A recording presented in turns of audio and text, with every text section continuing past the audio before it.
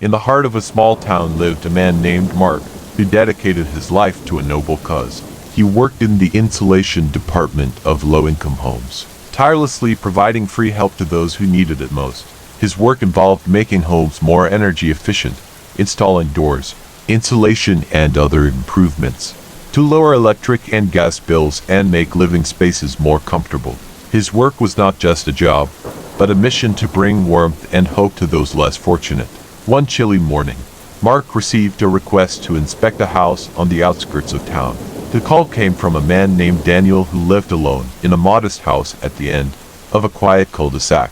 Upon pulling up to the house, Mark noticed that the neighborhood was going through a rough patch. Cracked sidewalks, overgrown lawns, and faded paint spoke of neglect and deprivation. As Mark approached Daniel's house, he was greeted by a middle-aged man with a tired smile. "Thank you for coming, Mark," Daniel greeted him. "I really need your help with my house. I'm having a very hard time keeping it warm in the winter time." Mark nodded, always sympathetic to the stories he encountered. "Of course, Daniel. Let's start by taking a look around." Daniel led Mark inside and they began the inspection. Everything looked relatively normal until Mark asked about the location of the water heater, a standard part of the inspection process. Daniel paused for a moment, then pointed to the kitchen and began moving the refrigerator. This action caused Mark a slight alarm, but he brushed it off, following Daniel into the kitchen.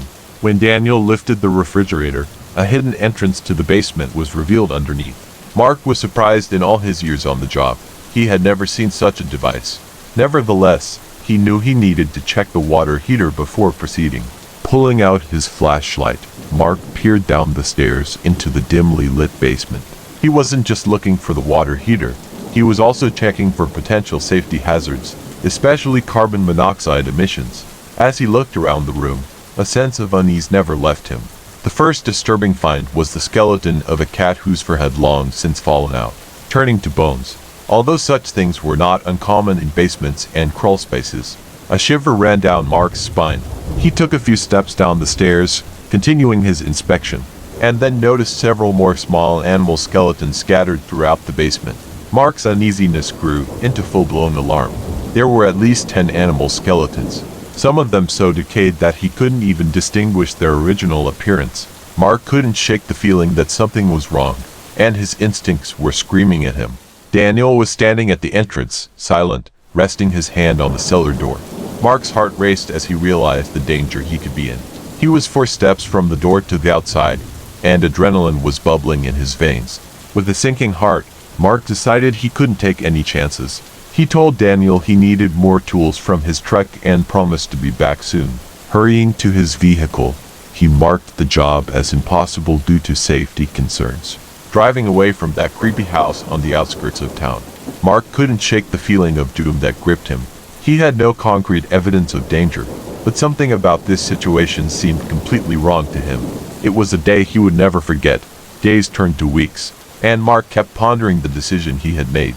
Should he have reported the strange occurrence to the police? What to do about the dead animals? In the basement, he decided not to file a formal report, citing that it was not unusual in his job to find animal remains in basements and on shelves.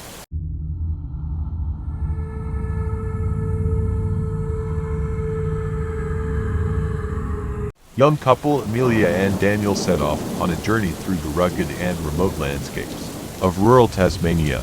Tasmania is known for its untouched wilderness, and they were eager to explore its beauty. As they boarded the bus, they discussed their plans for the next 2 weeks filled with hiking, camping, and exploring the natural wonders of the island. Sitting in front of them on the bus was a mysterious girl with striking facial features. Her hair was a deep crimson hue and her eyes seemed to hold secrets. Intrigued by her presence, Amelia and Daniel struck up a conversation with her, sharing their travel plans. To their surprise, she offered them a place to stay in her town, smiling cordially. They politely declined her offer, as they had already decided on their future itinerary. However, the girl insisted and handed them a piece of paper with her cell phone number, urging them to change their minds. She explained that she and her partner would be happy to host them if they changed their minds. A few days later, the couple found themselves at a crossroads. Their original plan no longer seemed as appealing as before, and the idea of staying with the mysterious girl and her partner piqued their curiosity. After a brief discussion, they decided to call her and take her up on her offer. Amelia dialed the number and the girl's voice on the other end of the line was warm and friendly. She confirmed that they were still welcome to host them and suggested they meet at the local train station. Amelia and Daniel agreed, excited at the prospect of a new adventure. However, as soon as they arrived at the train station and met the girl and her partner, a sense of unease swept over them. Their intuition told them that something was wrong, but they couldn't figure out what it was. Putting aside their doubts, they followed the couple, who at first glance seemed quite friendly. There was an air of desolation about the town, dilapidated houses, overgrown gardens, boarded-up windows. As they traveled deeper into the town, the houses became more and more dilapidated, and there were no people to be seen. Their hosts led them to the very outskirts of the town, where they reached the last house. The inside was sparse and the living room was a strange setting. A single mattress lay in the center, surrounded by a dangling sheet. As their host showed them around, they avoided one door, refusing to explain what lay behind it. Their guest room looked perfectly ordinary, a neatly made bed and dresser. Amelia and Daniel found it odd that their hosts preferred to sleep on mattresses in the living room when they seemed to have a spare guest room. Back in the living room, the couple turned their attention to the disturbing sight of knives. Knives of various shapes and sizes were spread out on the table, and Daniel casually inquired if their hosts were hunters, but the answer came in the negative. To their surprise, his partner handed Daniel a massive Bowie knife, and he couldn't help but notice the bloodstains along the edge of the blade. Putting the knife aside, he laughed involuntarily. Daniel's curiosity was further piqued when he saw the tattoo gun. Though as the discussion progressed, the young couple learned that neither of them had tattoos, and there was a small hatchet by the door, which caused Amelia to wonder and make her ask if they were collecting firewood. The answer was the same as the previous ones, a simple and disturbing no. There was tension in the room, and suddenly the male host announced that he needed to go to the store. Amelia and Daniel seized the opportunity to escape the creepy environment and quickly agreed to join them. As they left the house, the couple noticed that their hosts were heading in the opposite direction to the town. Amelia spoke up, questioning their choice of direction. The man explained that it would be more interesting to follow the path through the trees, since it led uphill, and promised that it would take the same amount of time. Alarm bells rang in Amelia's head, but Daniel brushed off her concerns, deciding that everything would be fine. They followed their host deep into the forest, leaving the town behind, their anxiety growing with each step. Finally, the girl turned to her partner and asked in a whisper, "So, where is this place?" Amelia and Daniel froze in place. Panic gripped them. It was clear that they were in grave danger. Amelia insisted that they turn back and head into town, her heart pounding with fear. When they reached the only store in town, Amelia and Daniel realized the gravity of their situation. No one in the store recognized their owners, even though the town was small and friendly. The couple needed to escape the ominous scenario immediately, so they made an excuse they wanted to see the local sights and meet their host later. They hastily checked into a hotel room and locked themselves inside, trembling with fear and shock. Amelia could not escape the feeling that they had narrowly escaped a terrible fate. In the safety of the hotel room, they began to investigate their hosts.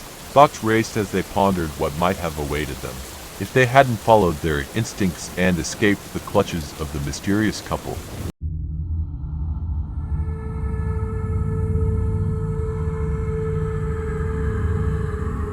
In one quiet town, located deep in the Appalachian Mountains, there was a hidden gem, Forbidden Ridge.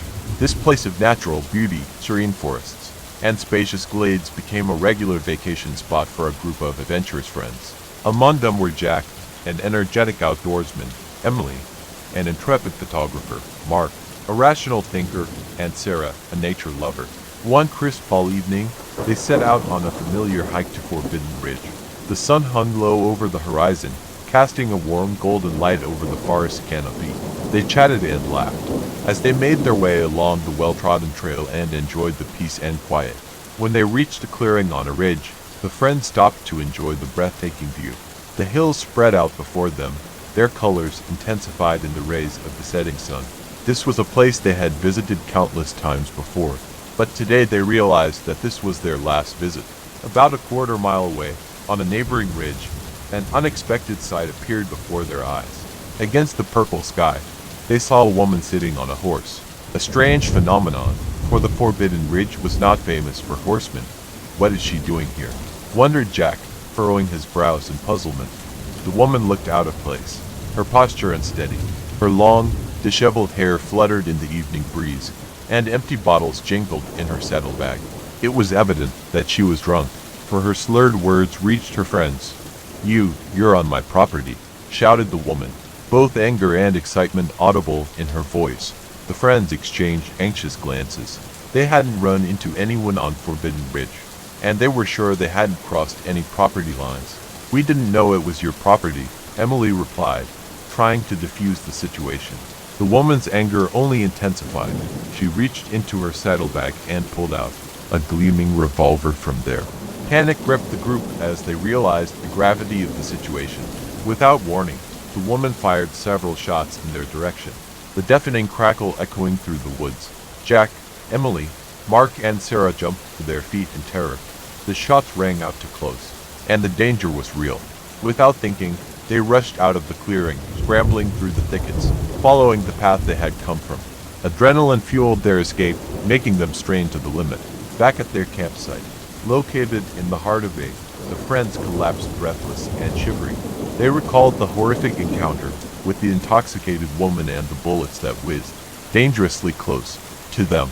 During the weeks that followed, the incident at Forbidden Ridge never left their minds. They could not shake off the sense of foreboding and could not understand how they had unknowingly trespassed on someone else's territory. They examined maps and land records, but found no indication that there were any possessions nearby. Despite their curiosity, none of them ventured back to the ridge. Memories of an angry woman on horseback firing a revolver in their direction were enough to keep them away from this once favorite place.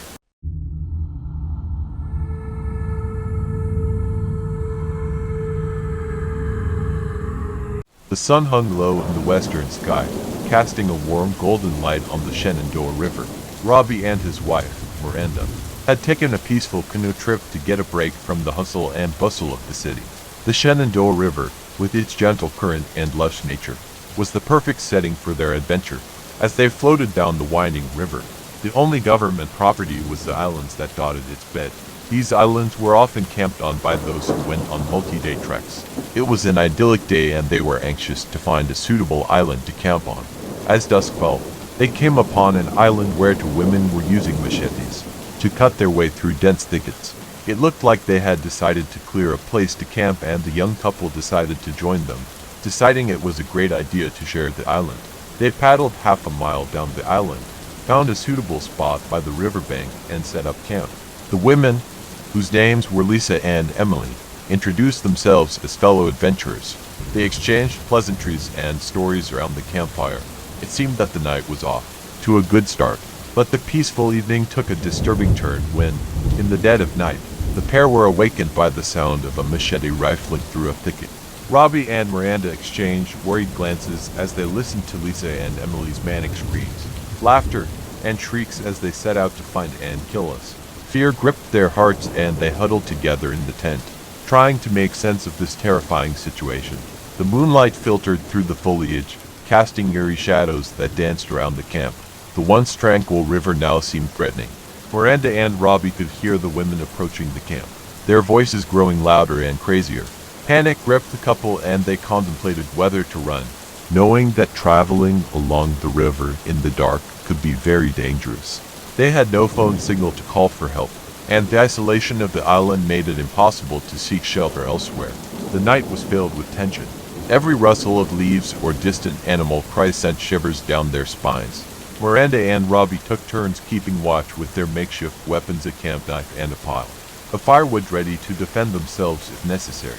As dawn broke, the sounds of machetes and the women's maniacal laughter finally fell silent. Exhausted and frightened, the couple decided this was their only chance to save themselves. They quietly gathered their belongings, loaded into a canoe, and swam away from the cursed island as fast as they could. Several hours passed, our arms aching from the continuous paddling. Finally they reached the ranger station downstream. where they recounted their terrifying encounter with Lisa and Emily. The authorities assured them they would investigate, but due to the remoteness of the islands it would be difficult to do so.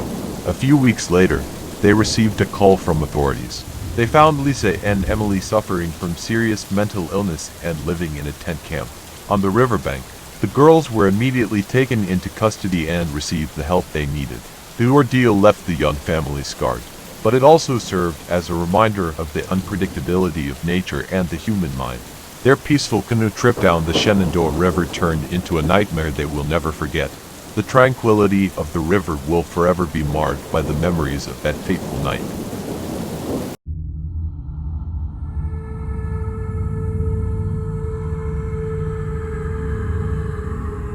A trip to Yellowstone National Park has always been one of those cherished memories for the Baker family.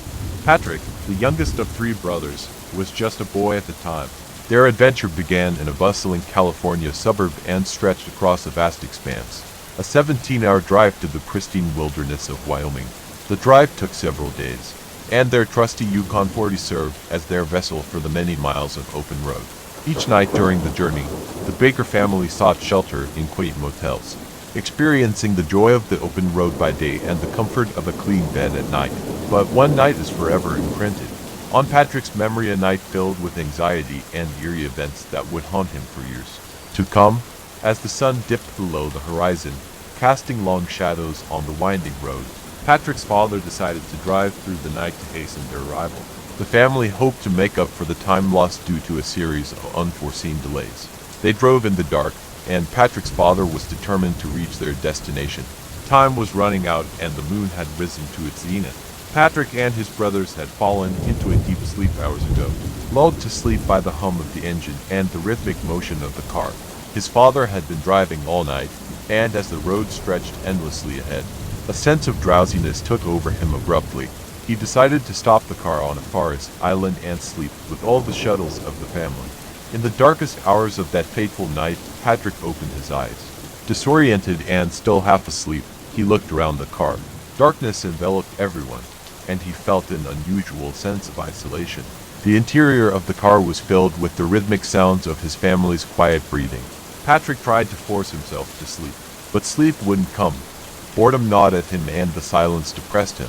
He decided to explore his surroundings to break the monotony that hung over him like a shroud. Rummaging through his bag without disturbing his sleeping family, Patrick found solace in the form of a small plastic flashlight. Its soft yellow glow illuminated everything around him. Carefully, trying not to make a sound, he pressed his face against the window, peering into the impenetrable blackness. At first he could only make out the outline of the forest that surrounded their resting place. The trees and bushes swayed in the night breeze. As he peered into the darkness, hoping to spot a night creature, the flashlight's beam revealed something that sent a shiver down his spine. Between two trees in the distance was a dark figure. It resembled the silhouette of a man, but it was eerily still. It didn't move or make any sound. Patrick's heart raced, and he couldn't take his eyes off it. He watched the figure closely, curiosity mixed with a growing sense of unease. Time seemed to drag on, and the shadowy figure did not move. Patrick's rational mind told him it was only a figment of his imagination or a natural phenomenon, but his intuition told him otherwise. Just as he thought about turning off the flashlight and going to sleep, a chill ran down his spine. The shadow shifted, turned 90 degrees, and disappeared behind one of the trees. It disappeared from sight, and terror clenched Patrick's heart like a vice. Fear took hold of him, and he turned off the flashlight without thinking.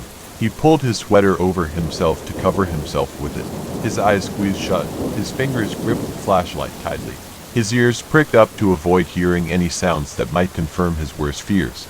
Paralyzed by fear and adrenaline, Patrick sat in a fetal position, his thoughts racing, his heart pounding. The night stretched seemingly endlessly, and every rustle of leaves and quiet whisper of wind heightened his fear. As he waited for the light of dawn to pierce the impenetrable blackness, he plunged into the darkest corners of his imagination. Finally, as the first rays of sunlight colored the horizon, the Baker family stirred. Patrick, exhausted and weary, forced himself to relax and hide the excitement that had kept him up all night. He did not say a word about the shadowy figure he had seen in the woods.